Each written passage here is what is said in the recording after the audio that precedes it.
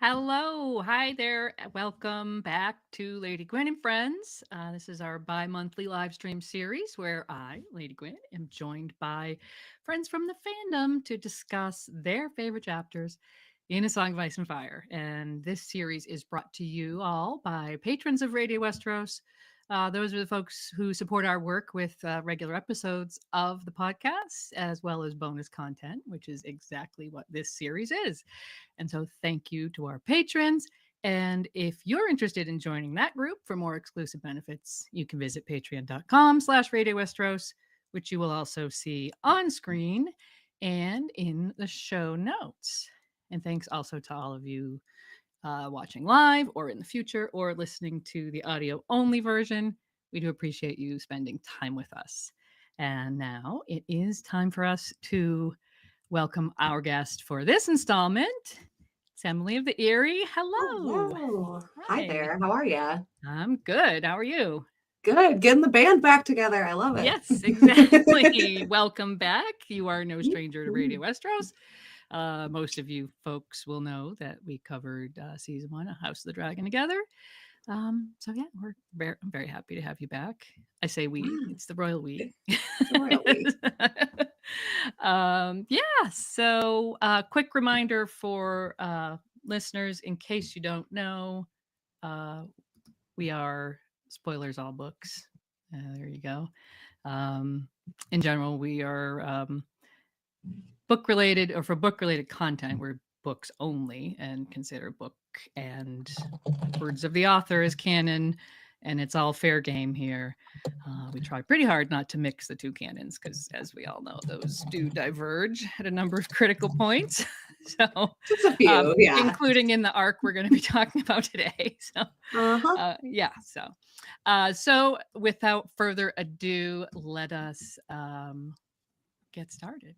Usually like to let our guest introduce the chapter. So let's hear from you what we're talking about today.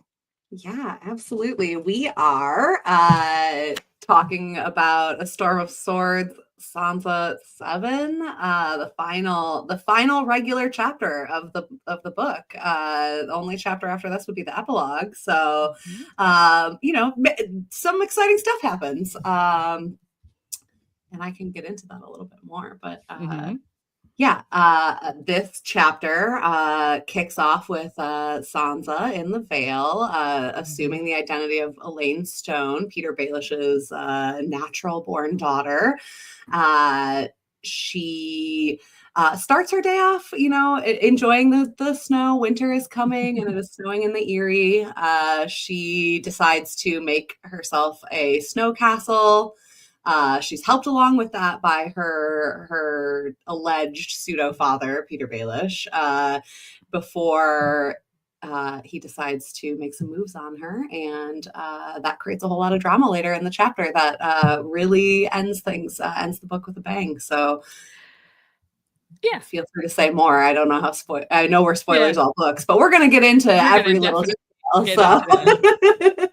So The book might actually end with a splat, but I'm just saying. yeah, maybe not a splash, but a splat. A splat. Notably, no tears though.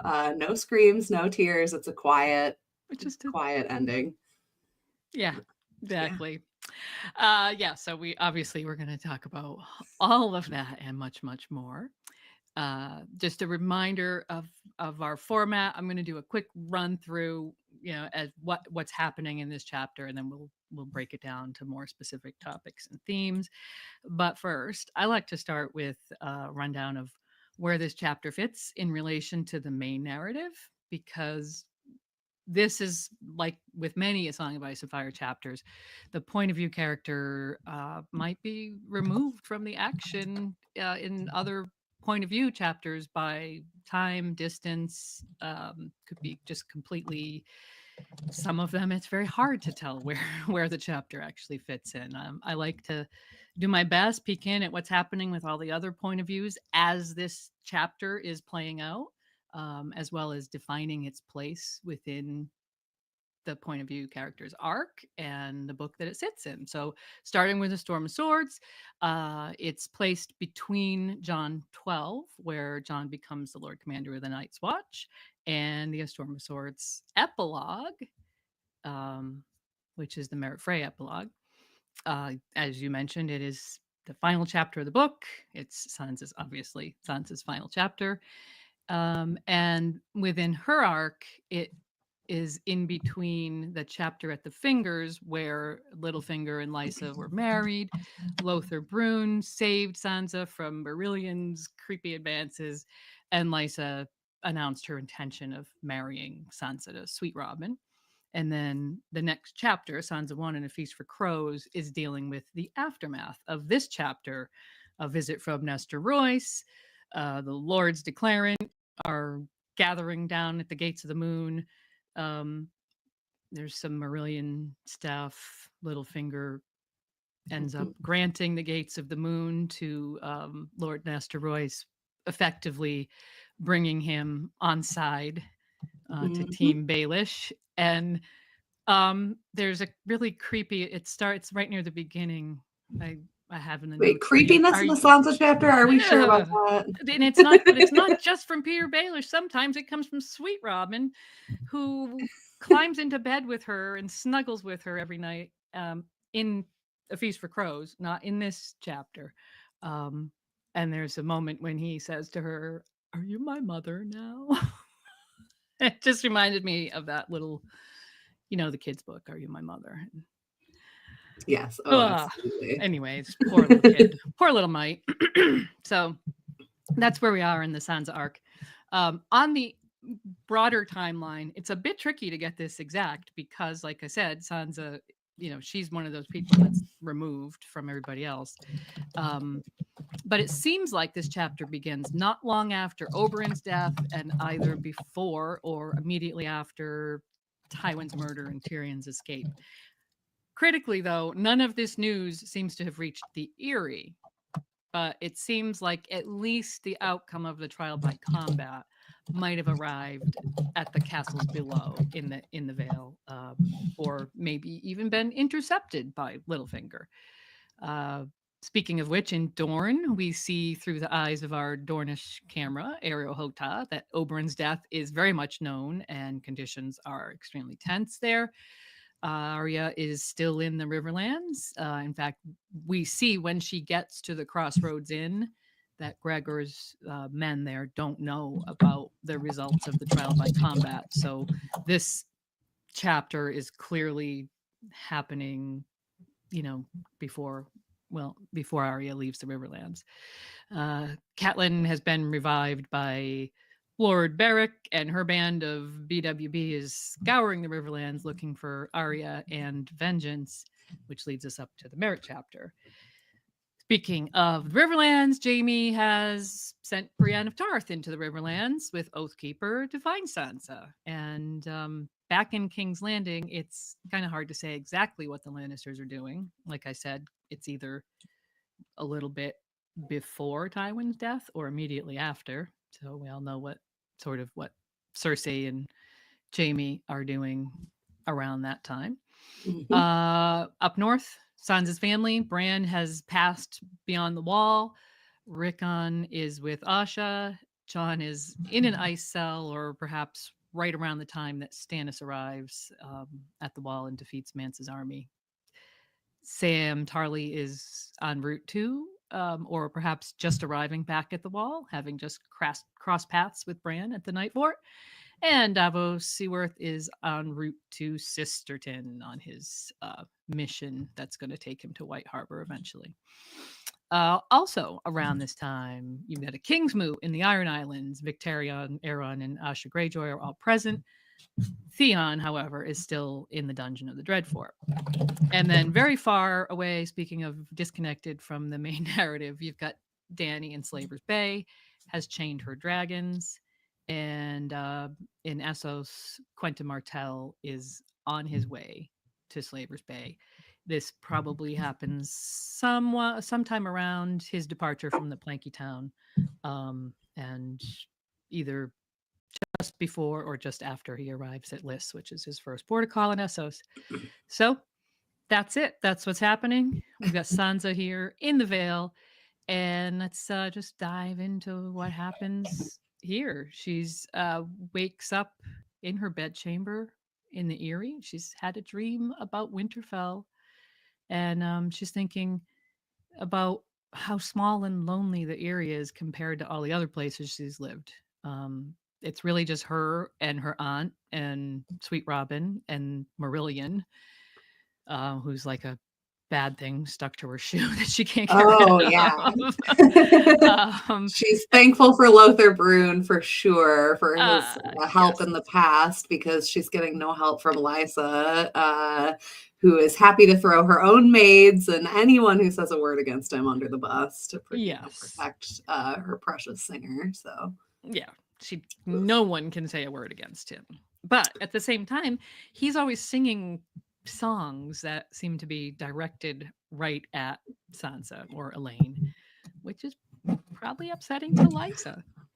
oh yeah. It's probably a jealousy factor that's been building, and keep an eye on that because um, that'll definitely be relevant shortly.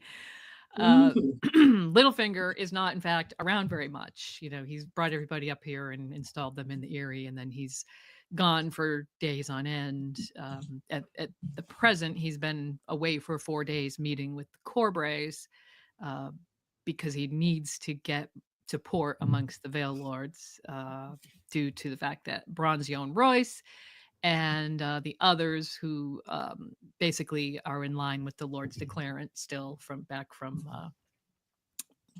Game of Thrones, are just still near open revolt over Eliza's failure to support the Starks. The mountain clans are described as being restless, and all in all, the Eyrie is, quote, hardly the idyllic place that Lady Lysa had made it out to be. No, I mean, is it an upgrade from the Fingers? Yes. Is it an upgrade from King's Landing, where she's like being hunted to take the fall for Joffrey's death? Yes. Is it better than almost anywhere else? No. It seems like, especially if you're a kid, it seems like it's pretty We've all miserable. had to like go and spend time at that one relative's house where you'd rather be anywhere else, right? So. Yeah. Yeah. So it's kind of like that. She doesn't really, maybe she's not in immediate peril, except for Marillion. Mhm. But you've got Lothar Brune, who's been made captain of the guards. So, maybe she can feel safe. He's just kind of creeps on her. So she wakes up. She's had this dream about her home, and she knows it's still nighttime, or the wee hours.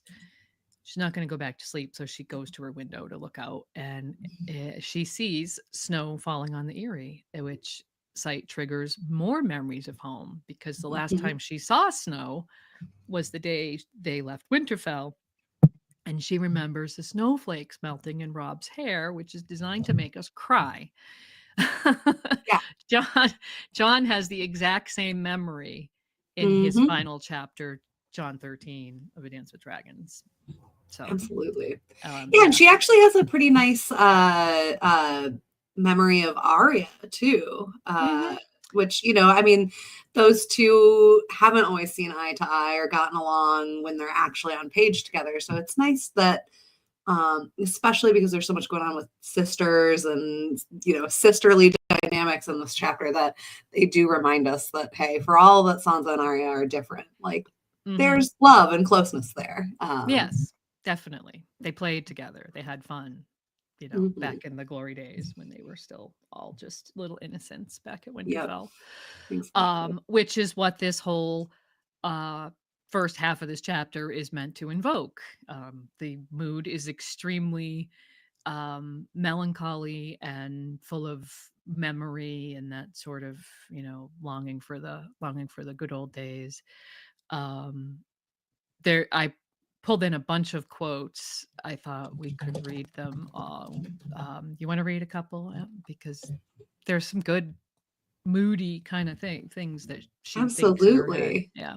Absolutely. Yeah. I mean, one of the first ones, short and sweet, but I thought my song was beginning that day, but it was almost done, which is kind of a sad thought for someone who's 13 to have.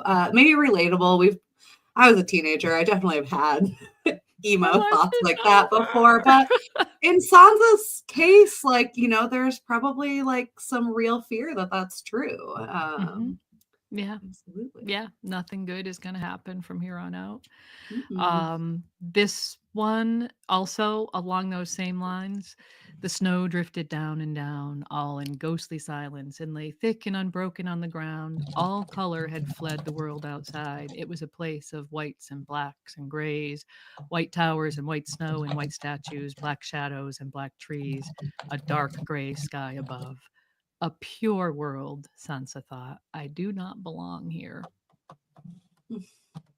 Why doesn't she belong there? I mean, she's pure and innocent. It's so sad to me that she feels this, you know. Well, yeah. I mean, I kind of get why, she's in this society where, I mean, and especially reinforced being around Lysa, who will, you know, blame her maids, blame Sansa for Marillion's creepiness. It couldn't be the fact that he's just a fucking creep. It's got to be these Right. huntresses. Yeah.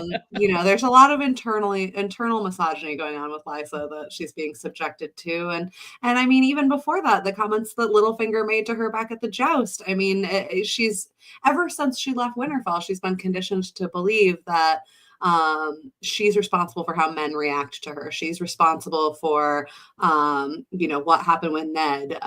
It couldn't have Mhm. been all the other swirling factors around No. this. Like, it's got to Yep. be that Sansa is broken or a bad person, and it's Mhm. really sad to see that she's internalizing that at this point in the story. I agree. Bingo. Uh, But she's still looking back. I mean, there's this quote here. She could feel the snow on her lashes, taste it on her lips. It was the taste of Winterfell, the taste of innocence, the taste of dreams. So, still reaching back for that version of herself that mhm. feels young and pure and full of hope, and it's still right there. It's It is. still Yeah. within reach. It's still It, all around her. yep. Mhm. She thinks it was the old days she hungered for, prayed for. But who could she pray to? The garden had been meant for God's wood once, she knew, but the soil was too thin and stony for a weirwood to take root. A God's wood without gods, as empty as me. So she's feeling disconnected from the gods of her home. She's isolated. She's alone, and I think it's interesting that the melancholy mood here is illustrated with snow and with house stark colors. Everything is white and gray and well, white and gray and black, but predominantly, it's a you get a very stark feel. Um, Absolutely. yeah. And So, there's plenty of reasons that she finds strength and safety in that. Absolutely. mhm, mhm. Um, yeah. So she's thinking she's having this memory about playing with her siblings, and she starts making snowballs, which seems very sad and kind of depressing to her because she's got no one to have a snowball fight with. So she decides Mhm. she's going to build something. Yeah. The snow fell and the castle rose, two walls ankle high, and the inner taller than the outer. Towers and turrets, keeps and stairs, a round kitchen, a square armory, the stables along the inside of the west wall. It was the only castle. It was only a castle when she began, but before long, Sansa knew it was Winterfell. Okay, so there's a reason for all these Winterfell, Winterfellish Absolutely. feelings. Uh, She starts with those snowballs like you mentioned, and like before she jumps to a castle, she thinks about making a snow knight. So it struck me that all the things that she wants to build with snow are there to defend her, whether it be a snowball, a weapon, a snow knight, this kind of effigy of some protector, or ultimately a stronghold, a keep where she feels safe and at home. mhm, She's clearly lacking a lot of that safety and security. And with the snow here in the Vale, she's kind of cloaking herself in it and taking that as her protection. mhm. Yeah, it's really great that the symbolism is just Oh, yeah. fantastic. But then, out of nowhere, well, hours pass. So obviously, it's night when she, or very, very early morning before the dawn when she goes out. Describes dawn coming with some really great evocative language. And then, as the sky grows lighter, some people start to come out and observe her, including Aunt Lysa, but also Maester Coleman, a couple of servants. They're all wondering, what is this weird child doing out there in the snow and the Oh, dark? yeah. Then, out of nowhere, because she thought he was away, Littlefinger's there. And um, here is a first kind of major sidebar His because first creep comment made by he says to her, "May I come into your castle, my lady?" And I have thoughts. This creeps me out. This really yeah. does creep me out. Is it a child? Is it a child's game in the universe, and therefore could be innocent? Sure. Coming from Mhm. someone like Peter fucking Baelish, Mhm. is it innocent? No, it doesn't feel No. that way at all. Especially If with you're a Baelish fan, I'm sorry. This is definitely a creepy Baelish chapter, and I don't plan to hold back my feelings about it. So. There's going to be a lot of Peter Baelish is creepy and also um, criminal. We'll get to that shortly. Let's stick with creepy for right now. Yeah, yeah. The response to "May I come into your castle, my lady?" She says she's worried he's going to knock down the snow castle, and she says, "Don't break it, B." And then he interjects, "Gentle," which just brings my ew factor up to about 1,000. Mhm. And when I thought about this and this game, yes, Come Into My Castle is a game in universe, but Come Into My Castle is based on a game that we all play in real life, playing House, which is a role playing game, and it exists in all cultures. I was reading about it earlier today. It exists around the world in every culture. There's some form of this playing house game, which traditionally is a role play game that's meant to reinforce culturally defined gender norms. But at the same time, it also provides a safe place for kids to explore where they fit in those norms or in their culture. And sometimes even a place for kids to work through trauma that they've experienced. So, in the Westerosi sense, playing house or Come Into My Castle is something that noble children play because it's lords and ladies. It's about warfare, protection, and your castle and your household management and kind of fitting yourself into all those roles. So Sansa is here in her snow castle, working through her trauma in her safe space. And then Mhm. Littlefinger shows up and asks her Steps right to over the wall. bring Yeah. him into that. And I mean, I don't want to go on for this for too long because we all just sit here for a minute and imagine what Freud would say about this game and the language that's used here. Ew. um, it's creepy. So Yeah. he um he does come into the castle and helps her. Then he proceeds to help her, build this snow castle, and actually he gives great help. He gives her good advice about how to make the roof stable and how to do Yeah, he was the like glass. shockingly really good at making snow castles. Like that was sort of like that. I think like you focus on the creepiness, but then oh hey, I actually have some architecture skills here. Yeah. And that's part of what has like allowed him, I think, to maneuver. I mean, obviously this we're talking about playing house and this kind of small scale, but if you kind of apply that to the trajectory that Littlefinger's life has been on, he's like, hey, I have to have some skills. I'm from this minor house. Yes, maybe I have someone like Lysa who's willing to kind of help pull me along, but like I can't be totally reliant on that. I have to be useful to someone. I have to be able to worm my way in and take up space here and to have it not be too questionable. I use Mhm. those skills. So he's cunning, he's smart, he has snow fort engineering skills, I guess. He's like, I've been waiting for all my life to deploy these snow castle engineering skills. It's exactly the Exactly. right moment. And I kind of Um, think of like, Littlefinger, or not Littlefinger, but like Tyrion, having his plumbing skill. It's like yeah. these men who have kind of been pushed to the sides of society. It's like, hey, Hmm.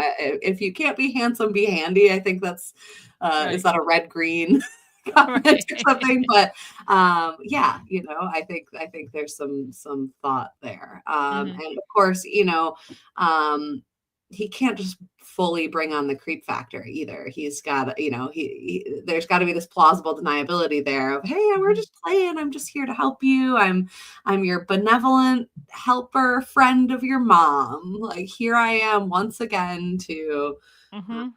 to show how much I care and. Yep. He's doing that. He's referencing his childhood or his friendship with her mother. But he reveals two things. He remarks about how often he dreamed about Winterfell after Cat left, which is revealing in itself. Because why why would you be dreaming about Winterfell once your foster sister was gone away and married? So if you really think and sit with that for a minute, it's pretty revealing. And he reveals, that he had deep thoughts about it. He thought that it would always be cold and dark. He had these visions of it being bad, like he thought Cat had gone off to this, horrible That's the story cold he's got to tell place. himself, He's right? telling That's his himself this. fantasy of, oh Mhm. God, poor cat. She couldn't have wanted this of her Exactly. own volition. She can be a woman with autonomy. Hmm. Clearly she needs me, Baelish, the savior, to come, Yes, defrost exactly. her from, the human Yeah. icicle that is Ned Stark, which is Yep. not true. That wasn't true because Not even true at all. Sansa is surprised about this, and she never thought about it like that. She said, "No, it was always warm." So much of that warmth, of course, came from her happy family. But she gives the technical reasons why there's warmth because of the hot springs and in the glass gardens and all of that stuff. So, um, but obviously, if you're in her thoughts and the way she's been thinking about her family, you know that it's really about her family. Um, Something that Baelish probably wouldn't understand. So Never. she keeps it Yeah. to herself. But I Mhm. think even if she had said that, it would have been blank stare. Okay. Yeah. Don't know what you're talking about. Never had one. Yeah. So, I mean, well, let's before we start feeling bad about Peter Baelish. Sure. There is some room for analyzing that aspect of him, but right here, uh, Sansa does something interesting. She had been thinking about snowball fights with her sisters, her siblings, her sister and brother. Um, and so she turns around just kind of out of the blue and throws a snow or a handful of snow, not necessarily a snowball, but throws snow in Baelish's face, which surprises the heck out of him. And then he says that was unchivalrous. And she very boldly replies that so was bringing her here when you promised to take her home.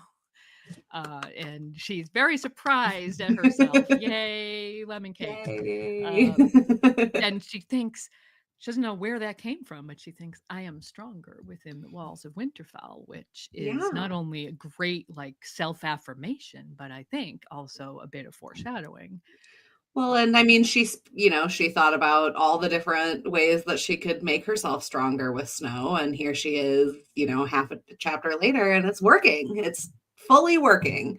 Hmm. Um, you know, she's Yeah. a lot stronger than she thinks. Her song certainly isn't over, like she thought earlier. And it just goes to show that the right mindset, the right circumstances, these thoughts of family are all there to reinforce that despite the world around her trying to make her feel small and helpless, that she still has it within herself to summon that Mm, kind of courage. yes. So she's put him on the spot, and he admits that, yeah, he was false with her. And then he says, "Well, you know what? I told you another lie too."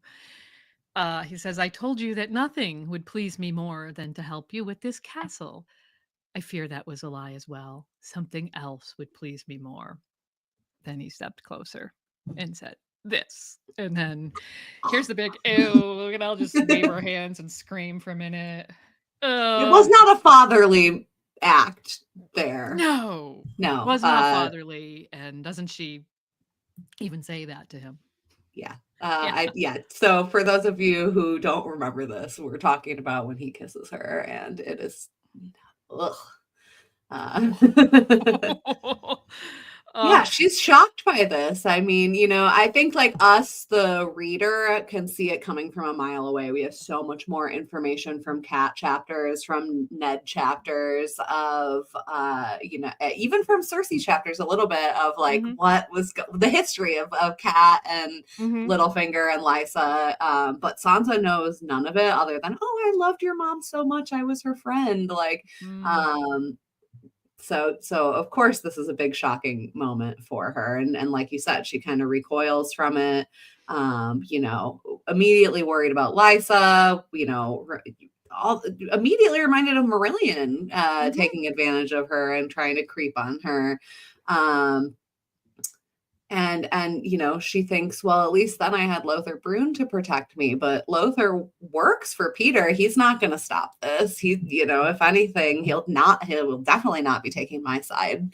Right. um and so, yeah, her immediate reaction is to think about something that happened to her, a victim, like, oh no, what is the outcome going to be for me? Like, in this society where I'm going to get blamed for something as a literal child. Mhm. And unfortunately, there's a lot of truth to that based on what comes next in the chapter. Yes, exactly. Yeah. So yeah, she's as he's just rattling on about how much she looks like her mother, which I can only add to the ick factor here. Oh, I loved your mother so much, and now I'm kissing you. I just we'll move on because then Sweet Robin shows up as if we need this kid. He shows up Yeah. with his little rag doll and starts acting like a spoiled brat, which is exactly what he is. And he walks up and says, Winterfell, that's Sansa tells him what it is. She said Winterfell's the great castle of the north. And he says, oh, it doesn't look that great. And I have a giant here who's going to knock it down. And then he starts to smash her castle with his doll. So Sansa just snaps and tries to grab for him to make him stop. But she gets the doll and rips its head off. Before we go on to the aftermath of that, I just want to point out something that we talked about this in an Arya episode last year. Arya, around this exact same time, has a similar incident in her arc with Sandor Clegane, where she's with some village kid where they're staying, and the kid's um, trying to make friends with her, or do something with her, and she basically snaps, takes its doll, and rips it in half, throws back the body and the head. So it may happen like at exactly the same time, but yeah, I think that's George being incredible. Hmm. Hmm. So Yeah, Robert really doesn't goes take to show why Lady Gwyn rolled through every single thing happening in the world when we kick this off, because it all ties back together due to it the magnificence does. of It George R. R. Martin. matters. It It matters. And as does. when you start to like put all those pieces together, um, yeah, you see how incredibly he's laying a lot of his story, a lot of the hints, and a lot of the references and just parallels and foreshadowings and stuff. So Hmm. Hmm. yeah. So Sweet Robin doesn't like this very much. He's pretty upset about his doll. In fact, he proceeds to have a fit, which is with him is an actual whatever his condition is. I've not quite faced some sort of epileptic fit, which basically is that spells the end of the castle because he falls on the castle and knocks it all down, and he's got to be taken away Yeah. by the maester. I mean, the poor kid. I just I feel bad for him. Um, Hmm. he is a spoiled brat, but in the way of a lot of spoiled brats, it's not really his fault that he's like that. Yeah, and He. unlike Littlefinger, like, he's still a child. Like, he hasn't Mhm. had time to grow beyond that, get a lot more of his own agency, and either choose to continue down that path of entitled brathood or Mhm. rise above it. Right. So Yeah, I think, uh, I don't think there are any references to the, um the relationship that him and his mother had, like, that you saw in the cat chapters, but, yeah. it's still very unhealthy. I mean, let's face it. Hmm. Hmm. Um, so he gets taken off. Sansa's left with just the dead doll head, which she impales on a stick and jams it down on the ruined gatehouse of her castle, which causes Littlefinger to laugh and say, if the tales be true, that's not the first giant to end up with his head on Winterfell's walls. So we're going to talk more about this giant a little bit later. Um, so I think Hmm. move on from that because I think that's a significant comment that he makes.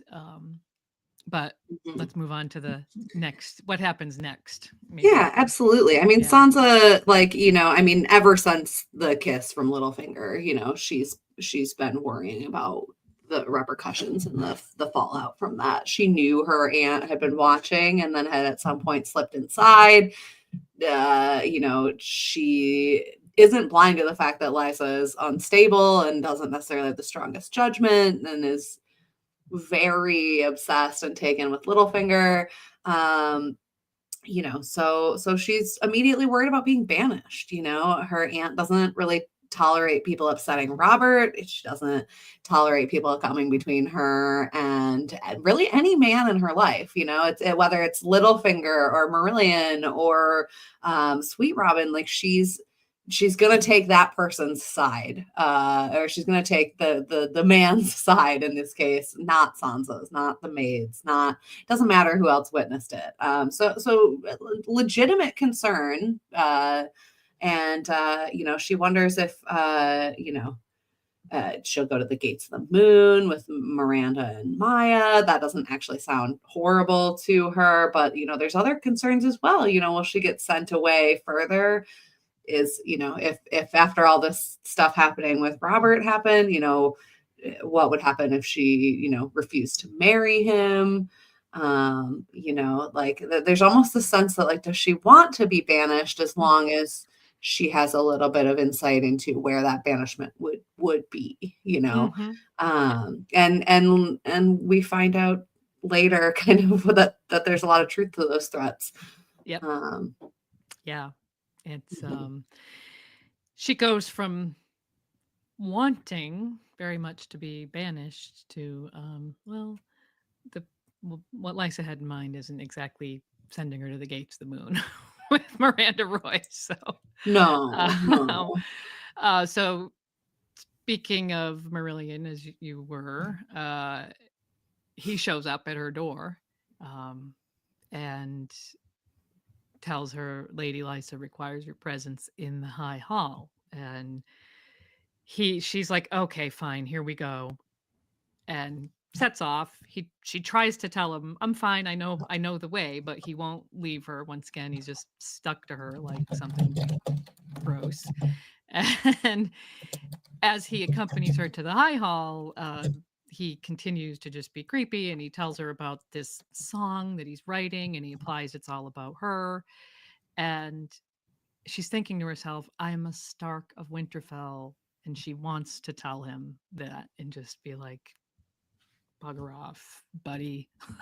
I am a Mhm. Stark of Yeah, Winterfell. You because he's better. like, "Oh, you're basically a ditchweed that's like pretty, but I Yeah. picked you out of the side of the road." Like, and like The speaking roadside to her in a rose. Yeah. in a really backhanded compliment kind of way, but there's this Hmm. sort of undertone of like, "Hey, because of who you are and the my perception of what your societal status is, like I can toy with you in this way, and Yeah. I can stamp on you like some dandelion on the side of the road because Hmm. you're nothing, and I am this favored bard of the Lady Lysa." And of course, Sansa, who wouldn't think in that situation? You don't know what you're freaking talking about, and if you did know, you would definitely change your tune. But Hmm. probably prudent of her to keep quiet in this situation, especially with what's about to go down. Yeah. At this point, she's thinking it's really weird that they're going to the High Hall because It's usually kept closed off. Liza prefers her own solar, or there's an audience chamber that's described as smaller and warmer. I think the high hall is pretty expansive. It's probably got high ceilings and it's Yeah. cold, and it's just not really a cozy place to have a chat. So when they get there, you've got two guards in house errand gear flanking the carved wooden doors, and they go through, and Marillion says to them, "No one is to enter so long as Elaine with Lady Lysa." And then he shuts the door behind them and blocks the door with a spear through the door handles so that no one can open it from the outside, which makes Sansa a little bit uneasy. She says, Yeah. "Yeah, why did you do that?" And he just points, "My lady awaits you." And there's Lysa on the dais sitting in one of the weirwood thrones of the Eyrie. So she's waiting. Yeah. Absolutely. Yeah. And Sansa, ever remembering her manners, ever being the good little lady, she stops before the dais, she curtsies, my lady, you sent for me. Um, she can hear the sound of the wind and the chords Marillion is playing at the foot of the hall. Movies. Playing innocent. I'm not gonna say what I did. I'm not gonna fuss. I don't know. I mean, I think I know why I'm here, but you say it. And Lady Lysa immediately obliges her with hitting her with the "I saw what you did." Yeah. Yeah. Sansa takes she's been feeling guilty about Robert's fit. That's what she thinks this is all about. Mhm. Um, so she's worried about Sweet Robin, and she says, "Oh, I trust Lord Robert is better. I never meant to rip his doll. He was smashing my snow castle." And I says, "Will you play the coy deceiver with me? I was not speaking of Robert's doll. I saw you kissing him." Yeah. And at this point, like the alarm bells start blaring in Sansa's head, right? It's like, oh, we thought this was like oh, I'm in trouble for playing bad situation. But no, Lysa has proven to, you know, be very, very, very possessive of Littlefinger. I mean, if you think back to the chapter prior of this and her celebrating their wedding and the whole castle having to hear about it, you know, ugh, yeah. Sansa knows she's in trouble, and Lysa says, such wanton behavior must be punished. And then no matter what Sansa tries to say, which is all true, Lysa doesn't want to believe it because that's going to go against this narrative that she's been telling herself since she was a teenager in her head, that her and Peter are, star-crossed lovers meant to be together. Her beloved Peter would never, ever think of another or stray from her bed. Never mind the fact that literally the first time anything happened between them, he thought that it was Cat. Um, and so there's just a lot of victim blaming here. I've known Mhm. your like before too, but you're mistaken if you think big eyes and strumpet smiles will win you, Peter. He is mine. And then and then we finally, start getting the confession that they've been alluding to in all these other chapters and other POVs. They finally it comes out of her own mouth. Yes. This is interesting because I want to remind everyone that Marillion knows who Catelyn Stark is. He arrived in the Eyrie with her. So Lysa starts blabbing about Catelyn being Elaine's mother right in front of Marillion. So that's not good news for Marillion because that's a big secret. That's a A much big bigger. secret that like pretty much everyone around, whether it's Peter, Lysa, Sansa, uh, everyone around him has a vested interest in that information not coming out. And Exactly. yeah, so I think really it's from that moment forward that Marillion's fate is starting to be sealed. Yes, very much. So the chapter goes into from here a big info dump about her childhood at River Run. And she describes that night when she first slept with Peter Baelish when they were young. She's got this whole story about how he really wanted Kat. He tried to kiss her, but she rejected him, and then he drank himself into a stupor. And then Lysa followed him and slipped into his bed to give him comfort. At which point he woke up just long enough to tell her that he loved her, but he called her Kat. So, And it says a lot about kind of like the really sad state of Liza's understanding of relationships, right? It's so yeah. transactional. It's Mm. wow, my terrible evil big sister, she danced with Peter 6 times that day. And therefore clearly she owes him something. Like she has totally bought hook, line, and sinker Mm-hmm. this mindset that Baelish also has for himself of, oh, hey girl, I bought you a drink, so therefore you're supposed to come home with me, or the Song of Ice and Fire equivalent of that. Yes. And it really goes to show that Lysa's been internalizing like these kind of messages since she was basically a kid. Basically, yeah, very young, because she's younger than Kat, and Kat was, Yeah. not The kind of not that I have a lot of sympathy to spare for Lysa or Peter, but like the real tragedy here is that like they're both victims in this scene that Lysa is describing. Mhm. She's a victim of thinking that someone cared for her who really didn't, and he's basically a victim of rape or at least some kind of sexual coercion, because he was very inebriated. He didn't know what was going on, and um there's a lot of ambiguity there even later in his life when he's bragging about taking Kat's Maidenhead, that how much did he really know that that's not what happened? Yeah. That there, it's never addressed fully that Mhm. he knows for sure that Lysa did it. The closest we get to that is her giving this big speech here. This speech where he's not present, so, for all we know, Exactly. he still There's thinks. some plausible deniability there. Yeah. Absolutely. Yeah. We don't know. Mhm. Um, yeah. Yeah. No. So, No. oh, info dump, info dump. Yeah, Do info you want to read some of this passage? I kind of just plowed right through it. So let's go to this one. When she tells all the Kat stuff, and she's clearly very angry at her sister. Then she talks about her father and her marriage, which is another giant info dump.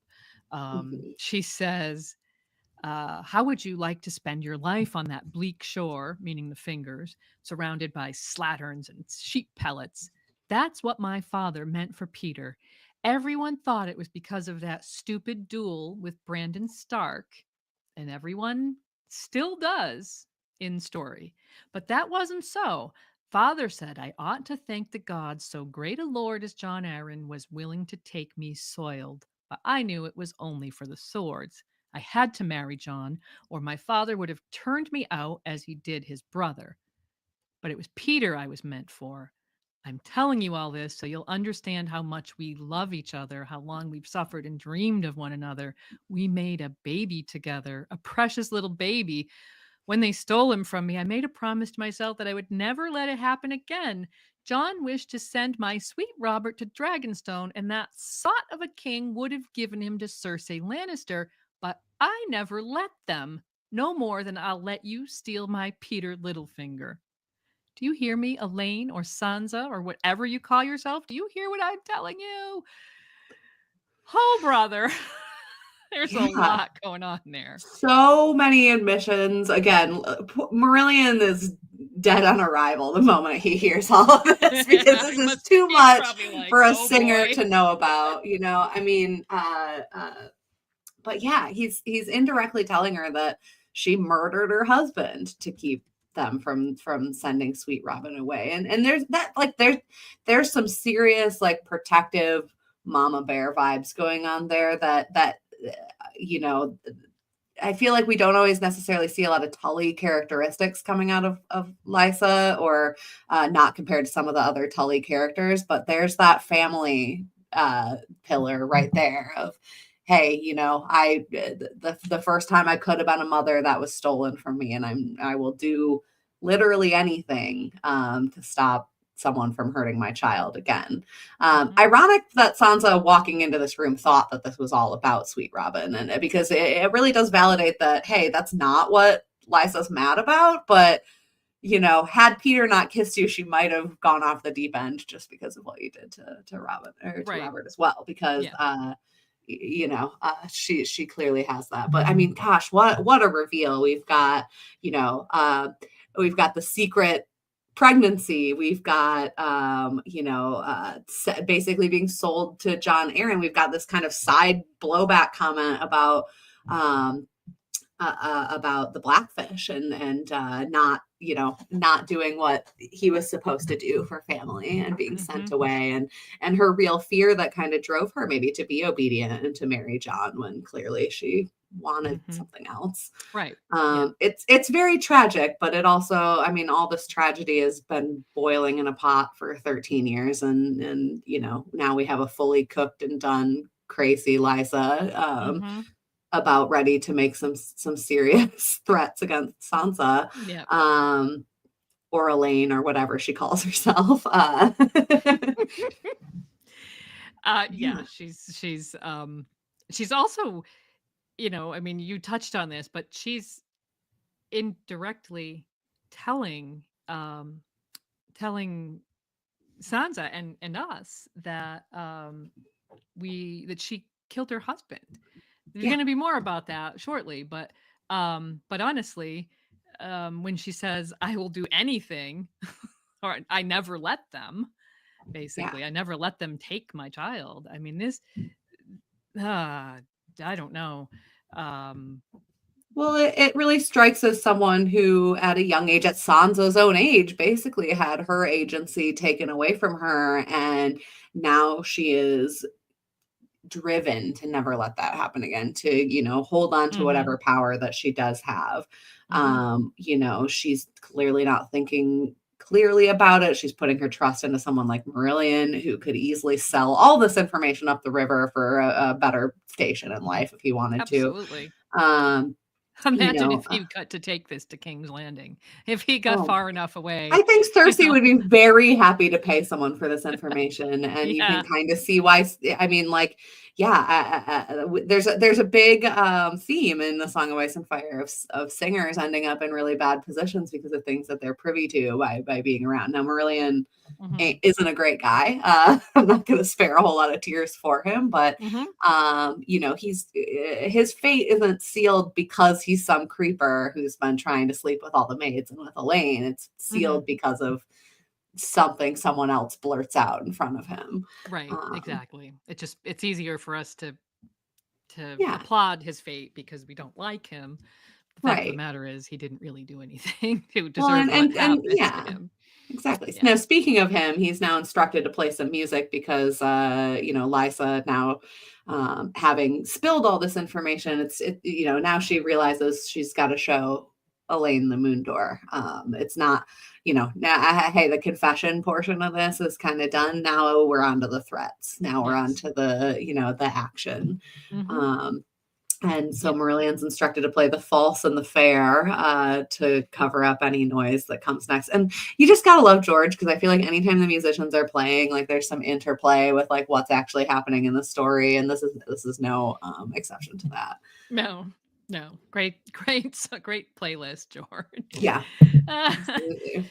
so the moon door is terrifying. Sansa's forced to open it, so we get the full experience of like what it's like.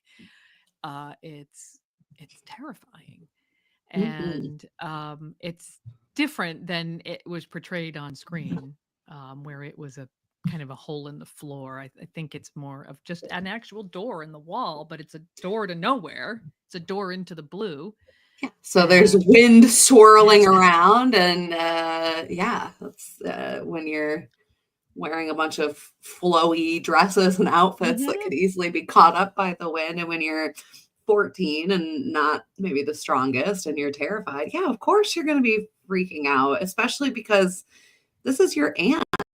She looks like your mother. Hmm.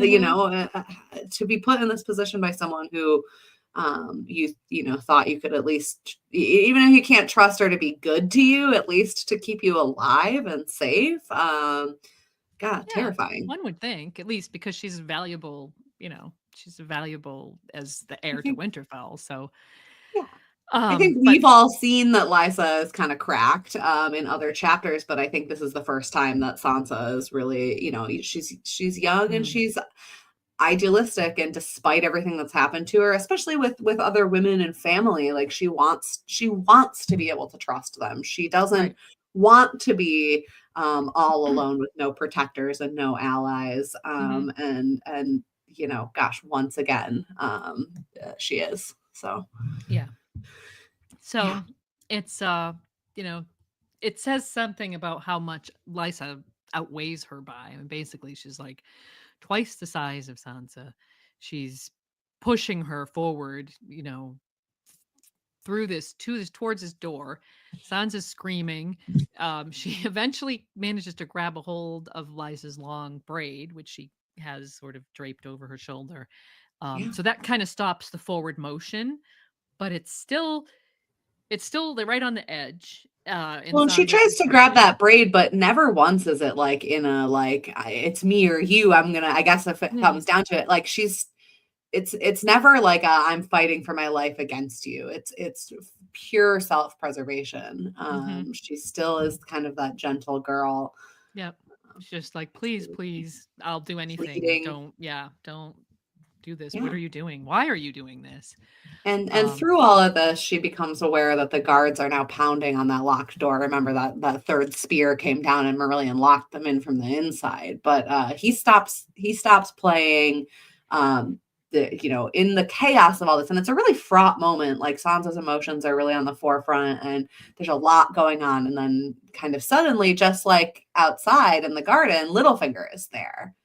Um, and he yeah. doesn't see Sansa at first, right? He just tells Lysa to get away from the door. Yeah. And it's when she kind of moves a little bit, that he starts to realize what's happening. Yeah. And Sansa is begging him, please explain the kiss, but basically save me. Like, you've put me here in this position. Please, like, please talk your crazy wife off the literal ledge. Yes. We are literally standing on a ledge. And so he's very calm. And I mean, you gotta hand it to him because this isn't what he expected to find. Mm-mm. Um, he just thought Lysa was, I don't, who knows what he thought, but this is not, wasn't this. So he kind of lets her kind of rave and rage at Elaine. He's speaking calmly. He's reminding Lysa that she's just a child. He says she's your sister's child, but he also promises to send her away anywhere. We'll send her back to King's Landing. We'll send her anywhere you want. Just Full let's on placation. get Yeah, away he's from the moon door. Yeah. Yeah. Yeah, he does. So you get she's the sense that it's not necessarily his first time telling her whatever she needs to hear to get the outcome he's looking for. right. He's right there with whatever stories the dear girl needs to hear. Mhm. Um, but she's not gonna let go of Sansa while she cries and basically spills out every emotion that's swirling inside of her. You get the whole history um with her history with Baelish. She's blurting out things about the potion that ended that first pregnancy and all kinds Yeah, of stuff.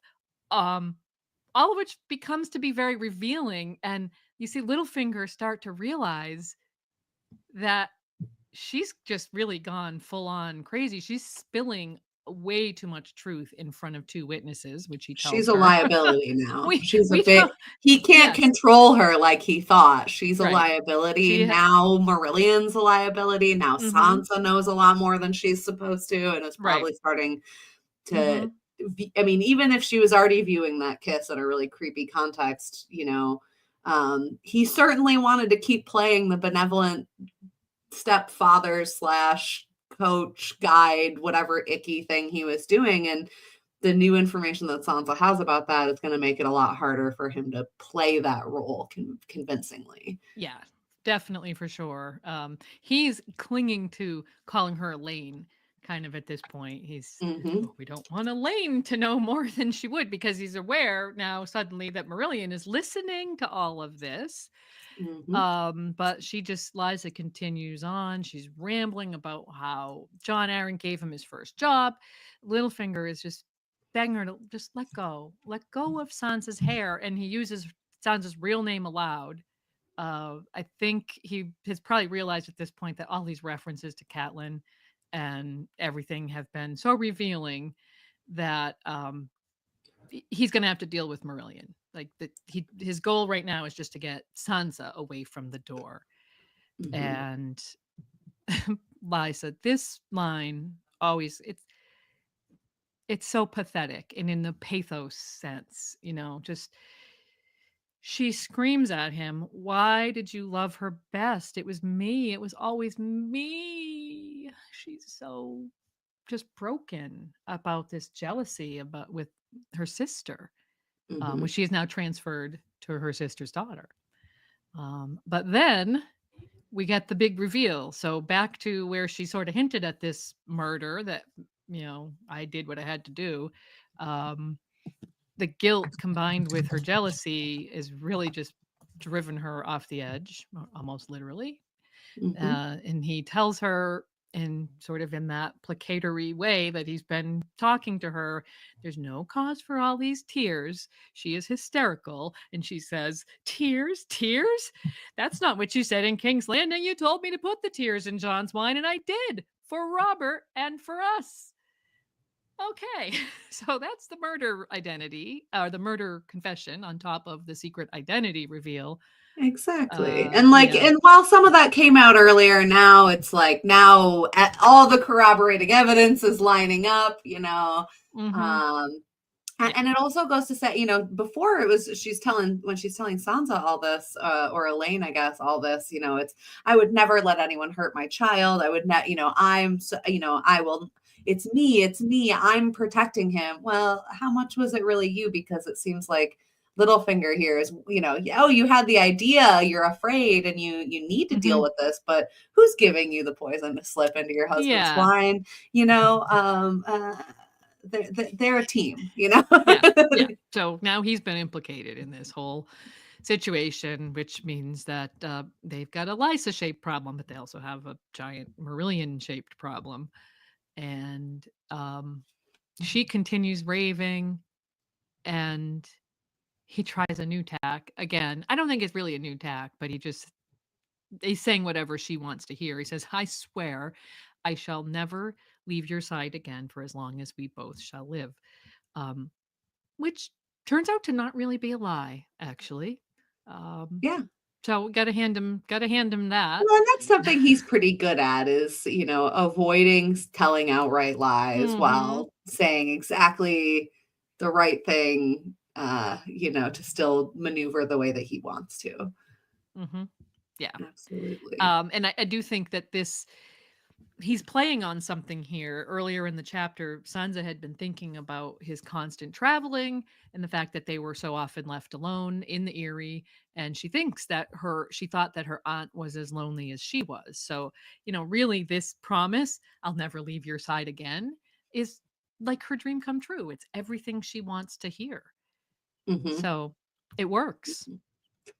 Absolutely. I mean, yeah, like Littlefinger, not a good guy, but clearly insightful, astute, like knows how to say the right thing at the right time. And then, he comes in, he asks for a kiss, maybe this is a redemption kiss. Oh, the one with Elaine meant nothing. Um, and this is what finally gets Lysa to release Sansa, who is literally crawling away from the door and clinging to the strong pillars, that she can find. She's snow covered. She's lost a shoe. And meanwhile, Littlefinger takes Lysa into his arms, kisses her and goes in for the kill, right? My silly, sweet, silly, jealous wife. I've only loved one woman, I promise you. Oh, that's so sweet. That's so nice of him to say that. So, can you just imagine the relief? Liza feels when she just kind of smiles. She's so sad and again pathetic in that real true sense of the word. She's just looking for a little bit more affirmation. She says, "Oh, Peter, only one? Only one? Do you swear it? Only one?" Only Yeah. cat. Oh, Yeet. boom. Well, that's shocking. Oh. And that's essentially the end of the chapter, except for this um, brief sentence where he makes sure that Sansa's okay, and then he says to her, uh, "Run and let my guards in. Then quick now. There's no time to lose. This singer's killed my lady wife."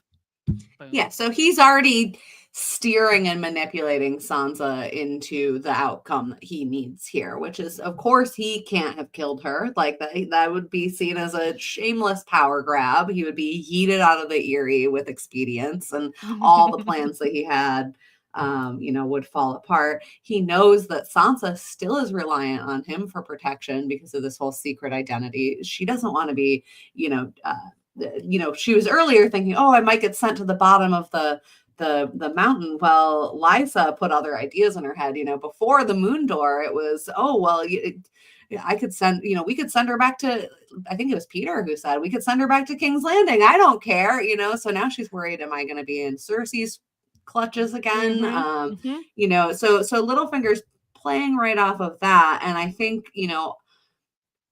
his line about only cat too, I mean, he's creeping on Sansa isn't cat. They're distinctly two different people.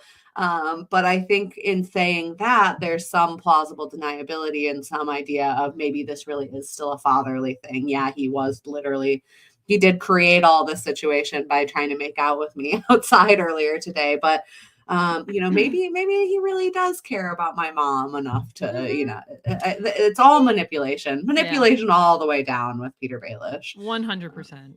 Maybe she misunderstood or Yeah, something. So, absolutely. yeah, that's it. That is the end of what is probably one of the most atmospheric chapters in the whole series. It also marks a distinct change in Sansa's arc, which is what you were just alluding to. She's Mm-hmm. been scared, lonely, uncertain of her future. Um, she still is probably all of those things, but when we see her next, she is projecting more confidence. She's assumed a greater role in the day-to-day life of the Eyrie. She actually becomes the Lady of the Eyrie and Sweet Robin's substitute mommy figure.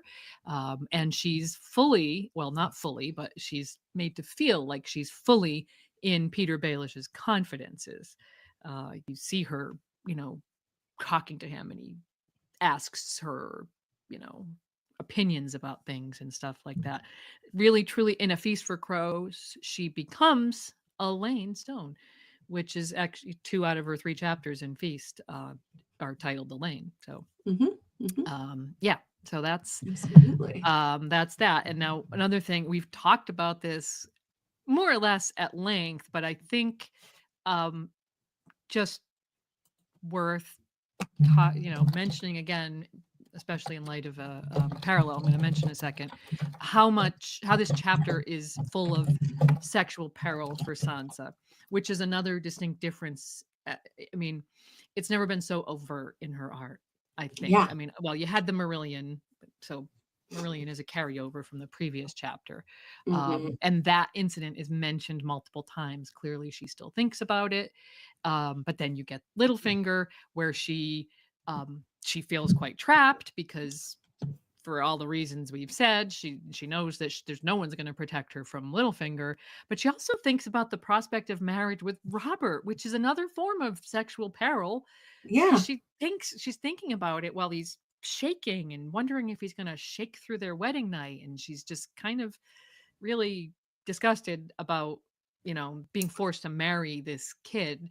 um and she compares him to Joffrey, who at least was sound of body, and Tyrion, both favorably. Like she comes up with these, she remembers often while she's in the Eyrie that Tyrion was kind to her. Like actually, ever since she fell into Littlefinger's control back in King's Landing, she's thought several times about Tyrion having been kind to her. And when Littlefinger is constantly trying to tell her bad things about Tyrion, oh, he was married once before, and oh, this, that, the things that he tells her, he's trying to get her to kind of renounce him. But in her head, she's Yeah. always remembering, well, he wasn't so bad to me. There's Like this big theme of like, don't listen to your own lying eyes, listen to me with Littlefinger. And Mhm. it's good to see Sansa's internal monologue kind of fighting back against that. Yeah, Someone who was like a little more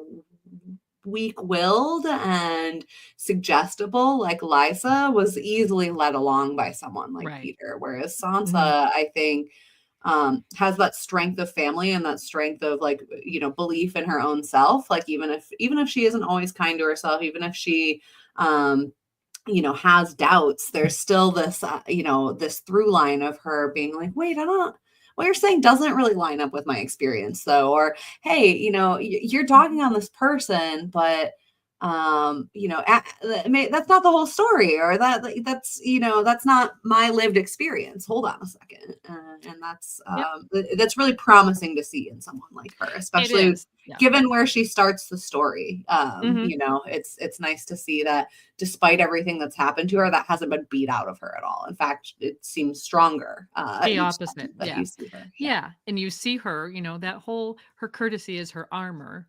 Well, Mhm. in when we're talking about this being like a kind of a hinge in her arc, she when we next see her, she's really developed into that, lady of the house, very courteous, but she's also become more adept at projecting what Littlefinger wants to see and, telling him what she thinks he wants to hear. And we see in chapters in Feast, she has these inner thoughts where she thinks, oh, he wouldn't want to hear that. This is what he wants to hear. And that's what she says. So you see, as he's teaching her to play the game, Yeah. being her creepy coach, she's taking those lessons and, using them, projecting them She's back playing at it him. her own way. Yeah. She's not just taking the play he gives her and following Hmm. it. She's synthesizing the larger lesson, and Yeah. um, that's that whole pawn to player mentality and mindset. Absolutely. Yes. Yeah. That she's becoming a player that he can't control.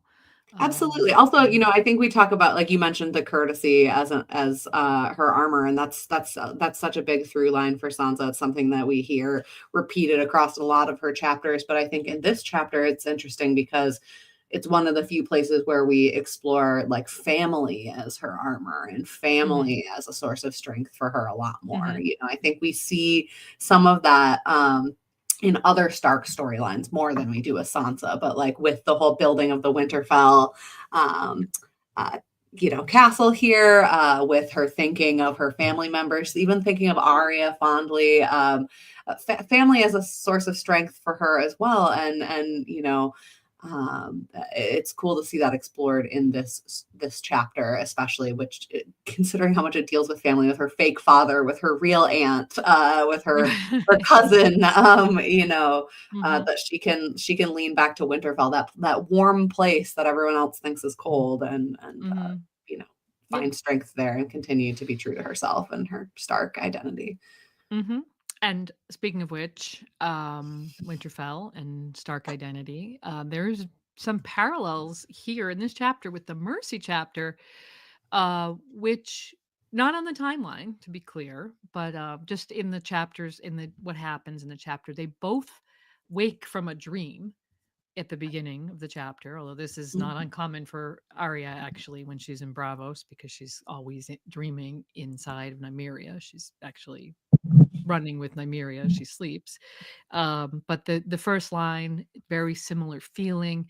There is this sort of overt sexualization or a sense of peril for both of them that you haven't seen as much. Definitely not for Arya. That was a big controversy when that chapter was first released because she's still so young. But she's taking control of that and using that to her own benefit in that chapter. Um, there's a connection between the giant and Bravos, which we'll talk about in a minute. And in that whole, kind of reconnecting or taking back your Stark identity that's been stolen from you. They're both doing those things Mhm. in one way or another in those Absolutely. chapters. Yeah. So um yeah, I think if we move on to talking about the snow castle, um anything I specifically, any Yeah, I mean, I'm looking at your notes here. We can go down this rabbit hole if you want. I think we should go down this rabbit hole. All I think right. the chat would love it if we go down this rabbit hole. All So right. let's talk about the giant in Winterfell a little bit more. Yeah, all right. Um, Let us yeah. let us do this. So, the rabbit hole is a lot of people, a lot of us, myself very much included, think that this is a hint that Sansa will eventually kill Littlefinger at Winterfell. Um, so it starts with the snow castle when the doll gets ripped in two, and Peter says his lordship was destroying the castle, and Sweet Robin says, "A giant! It wasn't me. It was a giant who hurt the castle." So he introduces the idea with his doll that this is a giant. So, Mhm. you want to look at who the giant might be? Yeah, absolutely. We have Well, some clues here. yeah, I mean, let's just start with Littlefinger. May I come into your castle? Stepped right over both walls with a single long stride. Um, Mhm. Yeah, I don't Yeah. it sounds pretty giant to me. I mean, if we're being literal. Um, He's yeah, very giantish compared yeah, to Winterfell. And we're going to compare that to Arya's trip to Bravos, mhm, where she's on board the ship and she sees the Titan of Bravos for the first time. Arya wanted a feast for crows, and she looks up at the Titan of Bravos and thinks, wow, he could step right over the walls of Winterfell. yeah, Hmm. but, like, I mean, who else is from Bravos or has Bravosi history in their Yeah. sigil or their imagery? I don't know. What is the Uh, connection? Did we just perhaps learn something about this in yeah, Sansa's very last chapter, Sansa 6 at the Fingers? mhm, We did. We yeah. did. Yeah. She sees this old shield on the wall my grandfather's shield, Peter explained when he saw her gazing at it. His own father was born in Bravos and came to the Vale as a sellsword in the hire of Lord Corbray. So my grandfather took the head of the Titan as his sigil when he was knighted. Uh, Oh, so yeah, there's definitely some direct imagery there. I mean, you can't get more direct in terms of imagery than with sigils. I feel like when it no. comes to Yep. this sort of medieval setting. Yeah, George Um, is somewhat obsessed with the sigil imagery, and in fact, he kind of mocks himself at some point. I forget who it is that says. I know it's in a Tyrion chapter. It says, "You Westerosi, you're always just you all think you're running around. You're a lion. You're this, Dragons and that. lions. Like, just like basically, you're crazy." I think Yeah. it's Illyrio that says that to him. Mhm. It's definitely someone who's not Westerosi. Yeah, Yeah, absolutely. so Baelish, yes, very much symbolically connected to a giant, well, to the Titan of Bravos, who Arya thinks is a giant, and then that brings us back to that part in the snow castle scene where Sansa smashed the torn doll's head down on top of the shattered gatehouse of her snow castle. But then when Littlefinger sees what she's done, he laughs and he says, "Oh, if the tales be true, that's not the first giant to end up with his head on Winterfell's walls." And Sansa makes she said those are just stories, and she storms off because she's all set with him Yeah. at this moment. Yeah. Um, but let's get back to the foreshadowing that we mentioned earlier when she was thinking, "I am stronger within the walls of Winterfell." Mhm. So I think if Absolutely. we combine all these references to her Stark identity, I am a Stark of Winterfell. I am stronger within the walls of Winterfell, Yeah, which there's such is a sense of like justice behind the Starks. I mean, when you think yes, about like one of the first scenes we have with Ned kind of dispensing justice with ice, that's one way to do it. That's certainly the traditionally masculine way to do it. But that's never been Sansa's MO. So what might Mhm. this mean for her? How will she Mhm. spell justice for her enemies? And it's hard to find an enemy a whole lot bigger for her than Littlefinger, as much as he's, wearing the cloak of I'm a savior. She's the veneer of that is really peeling away, and she's waking up to the danger that he is. I mean, she says it in this chapter, the very first time she kind of tests him a little bit with, well, you said you'd bring me home and you brought me here. Mhm. So that's really one of the first hints that, she knows she can't necessarily trust him, even if Mhm. she is in his power right now. Right. And then she's also not afraid, and we'll see it going on in future chapters. Here she stands up to him for the first time and it feels good. So I think in future she's going to lean into that a little bit more. And also I alluded to this earlier where she's going to learn how to um, keep things to herself more Hmm. and tell him what he wants to hear, as she observed him doing with her aunt just now. Well, and she So, practiced that with Marillion in this chapter mhm, when he's taunting her about, the mhm, roadside roads or whatever, mhm. and thinking that his position is so much more powerful than hers. She's like, I could just tell it, like I could dispel him of these thoughts immediately, but I'm gonna hold these cards close to the vest. Yes. So she's learning how to do that. Yeah. And And I applying that towards Baelish in the yeah. future is definitely part of what we see, in A Feast for Crows and beyond. So, Yeah.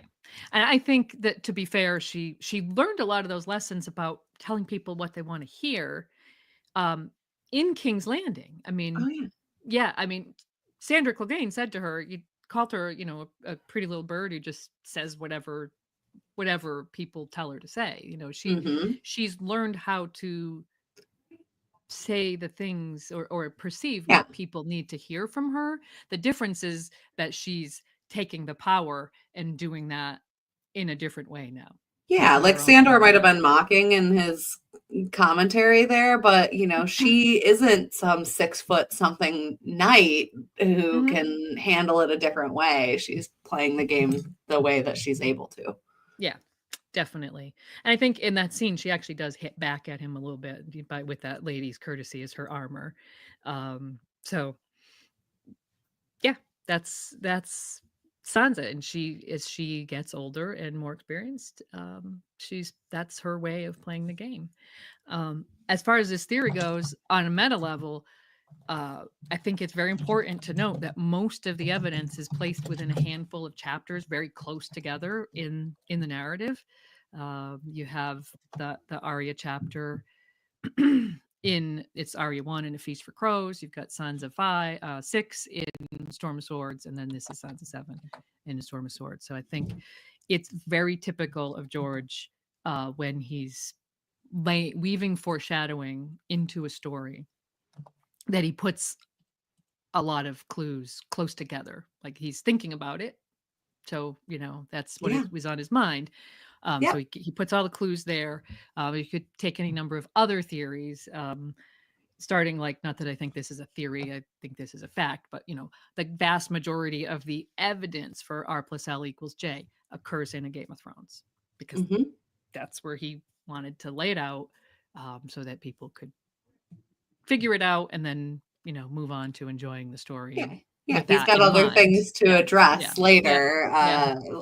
other seeds to sow and all of that. Mhm. But yeah, Exactly. absolutely. So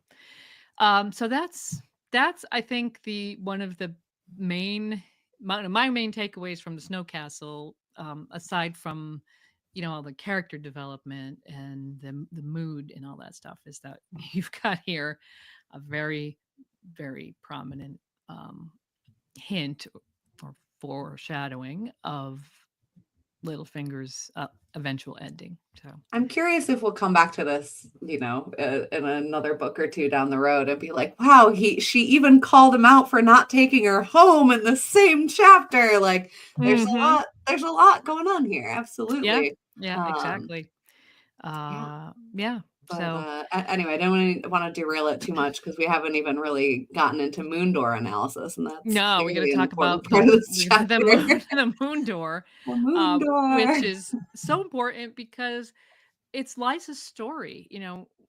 We've pieced together some of the references to her childhood with Catelyn through Catelyn chapters, through even weirdly, there've been a couple references within Tyrion chapters and through Littlefinger himself talking about it to various people.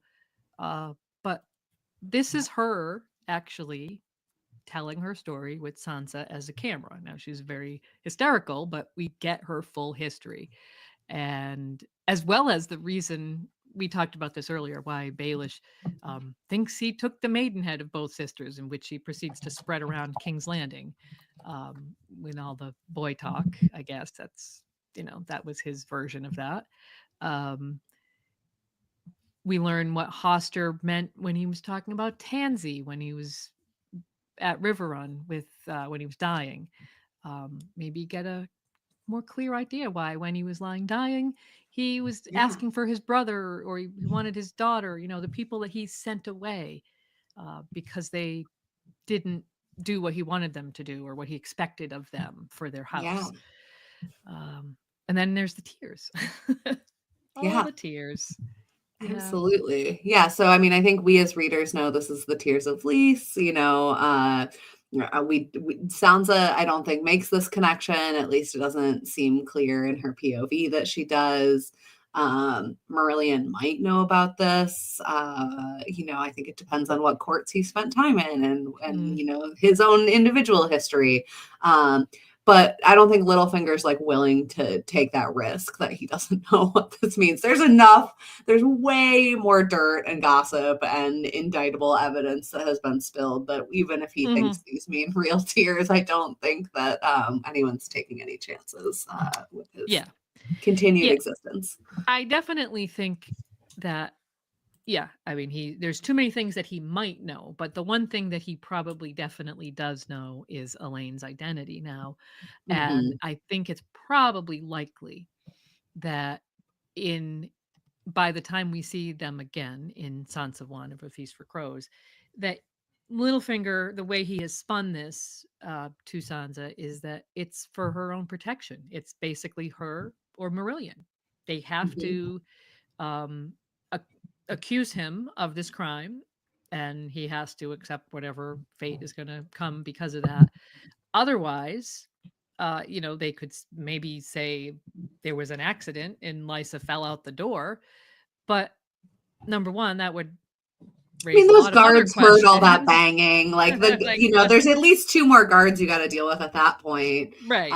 So this is the cleanest solution, I It think, is. for Littlefinger, and And as far as he sees that and is ready to kind of twist Sansa into seeing that as right. well. It's like, it's you. This is for you. I'm sure he tells her that. This is for your safety. Yeah. Never mind that Otherwise, he created the entire situation by not being able to keep his hands and mouth to himself.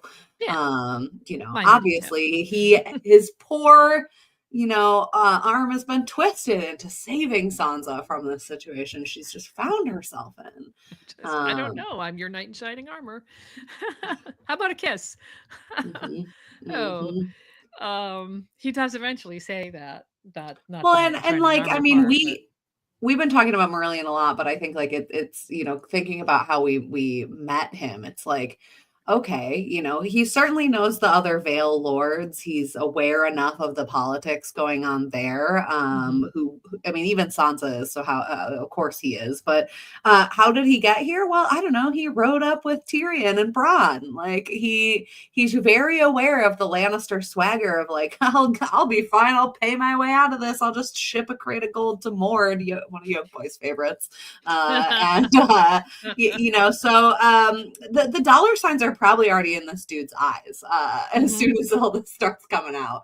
mhm. If he had any business savvy anyway, or any Yes. hint of self-preservation. But Littlefinger, he's been at this for decades now of scheming and climbing and protecting himself at the expense of others. So Marillion really doesn't stand a chance here, in my No. opinion. He's not going to get derailed by some singer. He's level 1 and Littlefinger is level, I don't know, Much more. level. I wanted to say level 69, but that's just too creepy. He's level 68. He's Yeah, aspiring. there we go. Yeah, nice. So, goofy question: is only Cat the worst bird in literary history? Oh, it's up there. It's up It's there. definitely up there. She has such a long fall to think about that, and like she's described as not even screaming. No, Like she is just stunned. the Uh, shock of what? Which is kind of crazy because, like, I think, like, at least from the reader's perspective, where you're seeing it from Ned, where he is, like, openly being kind of pervy and, like, poking at Ned a lot, to Kat, who's starting to kind of realize that, like, things are off. You see it through Sansa's, like, there's so many eyes on Littlefinger as a person.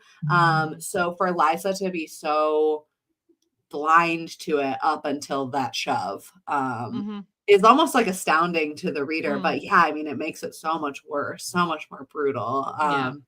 that she's lived 15 years probably thinking that this is her soulmate, and Mm-hmm. he's this poor wounded guy who got rejected by her sister, but thank God she was there to be his true love, and that has just never for even one moment been the reality of it. And Right. in her last gasps, her last few feet, falling out the moon door, that's what's going through her head. Yeah, it's Yeah. definitely up there as one of the biggest burns. Yeah. Um, I think that, when you mention her, that the fact they say that she didn't scream, I think that this probably just like knocked the wind right out of her. It's just that yeah, the idea, like she physically couldn't scream. She just lost, like, think about it, like when you have a big shock, yeah. just that, like, oh, she's completely incapable of doing anything other than processing This is what is her happening. husband. Like it's her Yeah. husband Yeah. saying, "Yeah, yeah, I married you. Yeah, I impregnated you. Yeah, I made you complicit in the murder of your own first husband. Yeah, I made you turn your back on most of your family. Yeah, I have profited off of the decay of your relationship with all your siblings and your father for your entire adult life. But like, by the way, LOL, I never loved you." Like, oh, I just oh, why? she's not a very sympathetic character, but in that moment, Oh, yeah. heartbreaking for It her. is. It definitely is. Yeah. I think it was good for Sansa to see all that, all the emotion that was being stirred up in that chapter. I mean, yeah, she could think of that through the lens of, wow, my aunt's like a little bit off her rocker. But I think as she sits with all of that, how could it not sink in that like this guy is never to be trusted? And by the way, Yeah. he's like, he's it's only Cat and he only loves Cat, but I'm more beautiful than her. Like how, like I don't, Mhm. if I were her, if I were Sansa, I'd be like, I don't know if I could even believe that that's true, because like Right. either you really only love my mom and you're just like imprinting onto me in some creepy way, but I'm still just some tool for you to use, or you've been lying about that the whole time. And so what else will you lie about? Like there's just Right. no positive answers or outcomes out of any of this. No, and Um, I think probably she begins to internalize a lot of those thoughts oh in the yeah. feast, and we have just that one chapter Oh yeah.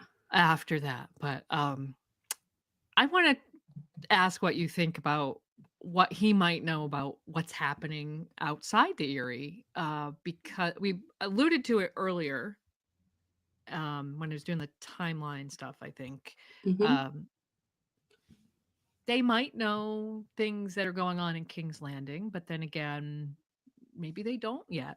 So would you think that if he has knowledge that he might have withheld from the people in the Eyrie, maybe maybe a bird came to the gates of the moon, for instance, do you think that might have something to do with his 3D chess here?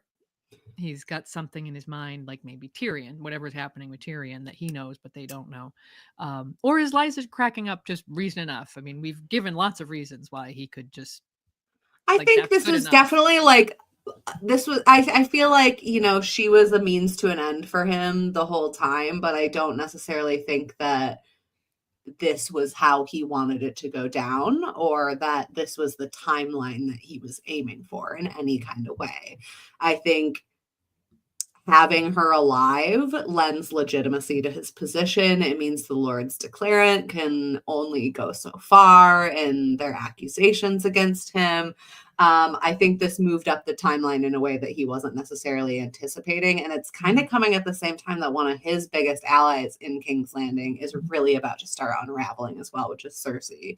You know, I think probably a lot of his information was coming from her. I bet a lot of the birds going back and forth were between them.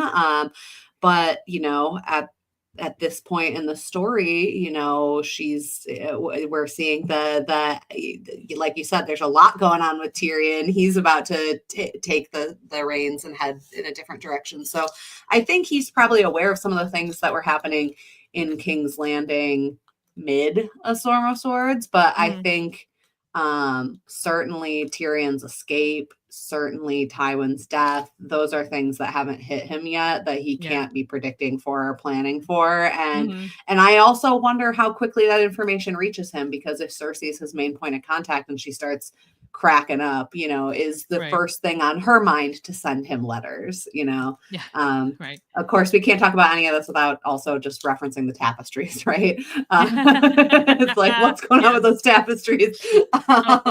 Well, yeah, there's a lot of. Are those just Daemon Targaryen's favorite Targaryen sex tapestries, or is there more going on there? I don't know. But I think I don't think that this was something that he walked into that throne room intending to do, but I also I don't think that Lysa was like a forever plan for him. I think she was a useful idiot who he was going to squeeze until, you know, I mean, we talk about the plan was to marry Sansa to Sweet Robin, but I think that was probably Lysa's plan, not necessarily Peter's end game, because then how could he keep creeping on her and rule Winterfell with her, or whatever his plan is. So yeah, I think it's more likely that this was like, oh, guess we got to move up the timeline a little bit. I'm going to be spending some time later with my Excel spreadsheets, plotting and moving some things around. That's my take on it, but I'm curious what you think too. So I think that's probably true. I mean, I think they were waiting for Tyrion to die because the expectation was that he had framed Tyrion for Joffrey's murder and that he was just going to get executed. But now this whole trial by combat, and you know, which he really should have foreseen, given what Tyrion pulled the last time. Like, if anyone was going to use the trial by combat, come on, right? Exactly. But they didn't, or they didn't plan for that, or didn't expect that that's what would happen. But it has happened, and Tyrion's alive, so they have to follow a new plan, which involves not revealing Sansa's identity, because I think once they had married Sansa to Sweet Robin, if Tyrion was dead, they would have revealed her, and that would have brought all those lords declarant who are now, you know, sort of raging at the foot of the Eyrie that, you know, Lysa didn't support the Starks during the War of the Five Kings. That would have brought them all on side. Littlefinger could have said, look, we have ourselves a Stark. Let's go take Winterfell. Which, unfortunately, he's not in a position to do that right now. So he has to follow a whole new plan across the Eyrie, like how to get more of those lords on side with him.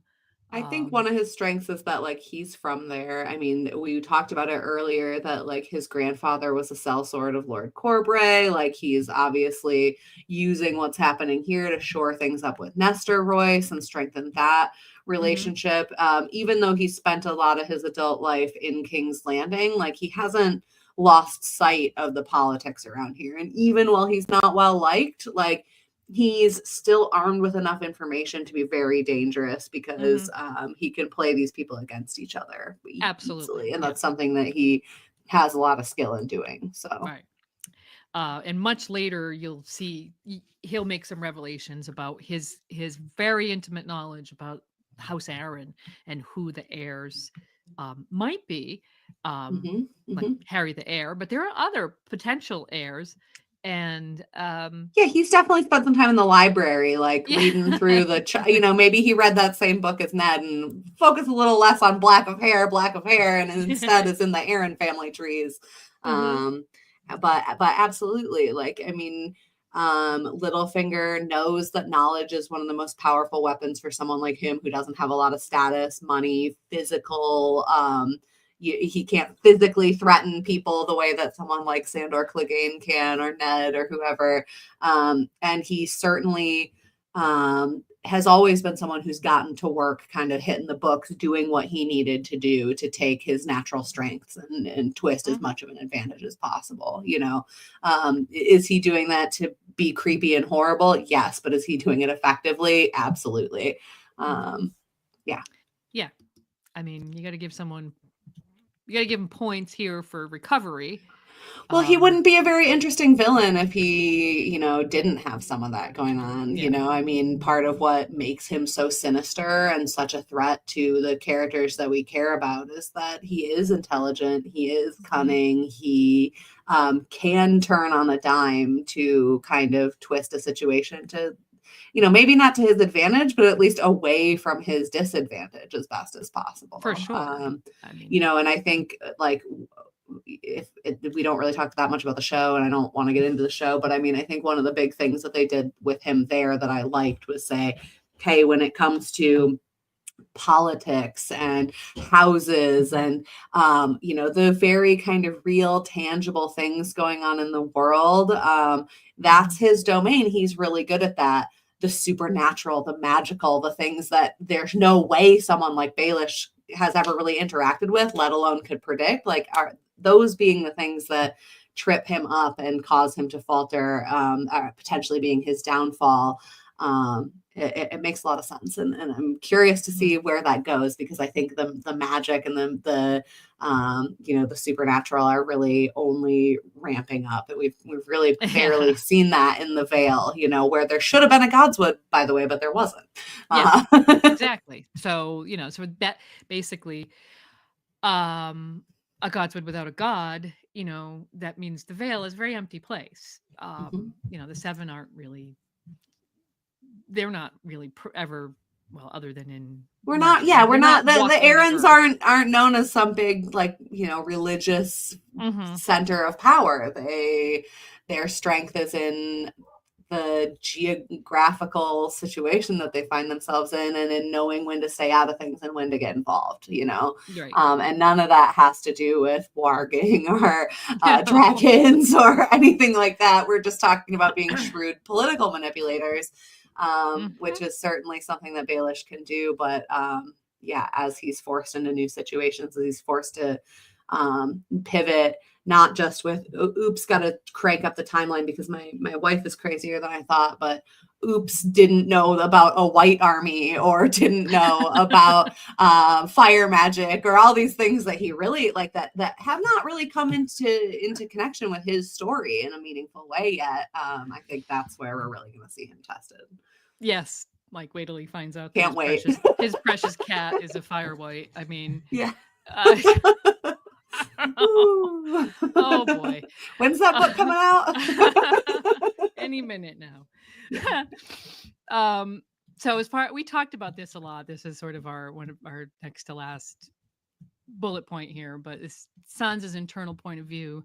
Um, her understanding of the situation has evolved, I think, or has it if you have a different perspective. But I just like to think, really drill down and think, what must she be thinking after the aftermath of this?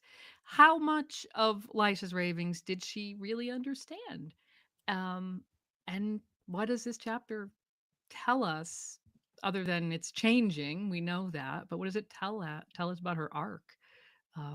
Where's she going? Yeah. So, Well, I mean, it's giving her a lot of new information, not always correct information about her mother, that she's going to have to work through and grapple with and think about. I think, given that Lysa, of her own accord, it wasn't, kind of admits the reality of some of it, even if she's putting her own spin on it.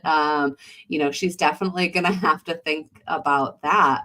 As far as what she really understands, I think she certainly now has a lot of context on the love triangle of Kat, Lysa, and Peter that she didn't have before.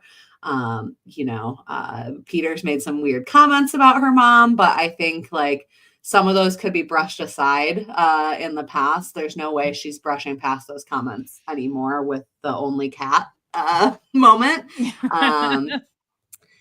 I think she's going to be looking at Baelish with a lot more skeptical eye, and we see this in the chapters coming ahead in the next book. But how could she not be wondering, okay, he says only Kat, but he's like into me, but also he's my dad, but also he's not really my dad. Like that has got to be really confusing. And I think it's going to take a whole book and a half for her to work through, as we've kind of seen in Feast and even her sample chapter. I think, I think she had good instincts in this even before the moon door situation of like, my position here is not guaranteed. I could be sent down the mountain. Now she's saying she could, now Peter's saying they'll send me back to King's Landing if Lysa wants me to. I already know I wasn't sent where I was supposed to. So even if they do try to pack me up and send me somewhere, am I trusting that that's really the final destination? I think, the biggest thing that she's walking away from here is like, I can't trust a single word coming out of this man's mouth. And that any protection I'm getting from him, from people like Marillion or these other Lords Declarant who might have other designs for me, comes with this big caveat of as long as it aligns with Littlefinger's goals. I think, as far as some of the other pieces, I don't know how much she would fully understand, like a comment about like, Lysa being sent away if she didn't do what Hoster said, same as Brynden. Like those comments, I think like she'd need some more time to marinate with, and maybe spend some time with someone like Brynden Tully, and she's not really going to get an opportunity to do that with because he took off. But so I think there's definitely things that don't make sense to her. But I think this was eye opening enough. If I were her, I'd also be wondering who. I mean, who am I really supposed to get married to? And like, regardless of what Littlefinger is telling me, what's the real what's the real reality of that? Because what he's saying isn't necessarily going to line up with his end goal. Like I think the biggest thing that she learned from that is he's going to tell me what's useful for me to know. He's not going to tell me everything. Why would he? He's never told anyone everything ever. Yeah.